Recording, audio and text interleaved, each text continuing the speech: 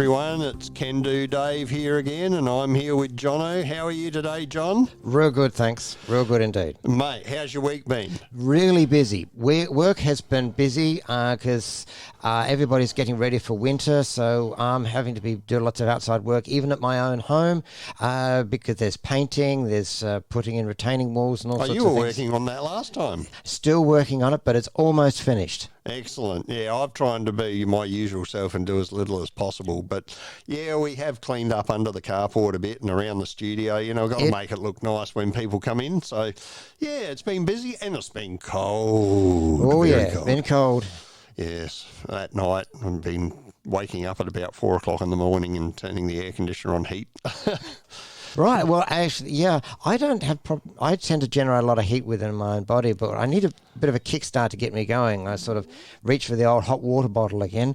It's really good, but the problem is that you smell of rubber and it's not a nice thing. So I have to get the electric blanket fixed up. That's old technology. What's the matter with you? Well, the problem is that I've got this electric blanket that works for both my wife's side and my side of the bed, but my wife's side works. Mine just died and it's not working, so I've got to use Plan B. And oh well, not to worry.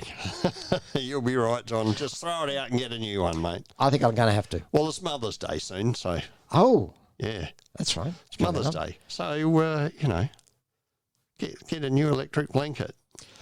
Yes. What you need to do is turn the blanket over so that her side doesn't work. I hadn't thought of that. But she's smart. She'll catch on real quick. Oh, well, not to worry. Anyway, John, our subject today, car park stalkers. Dun, dun, dun, dun. You know, especially the ones that annoy me are the ones that they just pull in the driveway of the supermarket and stop, and you're sort of half stuck on the road. You've got all these cars coming. What's happening? What experience have you had with stalkers? I guess it's sort of in the big shopping complexes you tend to get it worse, but even the smaller ones, just like my local supermarket, you're trying to find that park and someone's always in the way and someone's just coming in, you've got to wait for this. It's not easy. When the cars these days are so much bigger than the earlier models, it becomes more difficult because they take up more space and you can't see around them. You know, the people that, take disabled parks or anything because they're closer to the door. And it often goes through my mind, isn't it funny how the people that can walk don't want to and the people that can't walk would love to? Yes. I like actually parking a bit further out. I have more opportunities for getting car parks. I have less people in my way.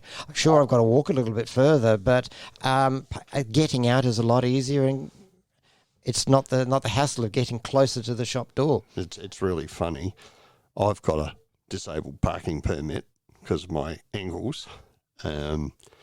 There's this shopping centre that we go to, where the post office boxes have got 2 disabled parks in front of them right near the door. Right. And one day I went there and there's this lady in there without a sticker. And I come up yonder and I said, you're not disabled. You shouldn't be in that park. And her excuse was, well, I'm only going to be a few minutes. And she kept walking off. So I parked my car behind hers. Oh, and then I went shopping.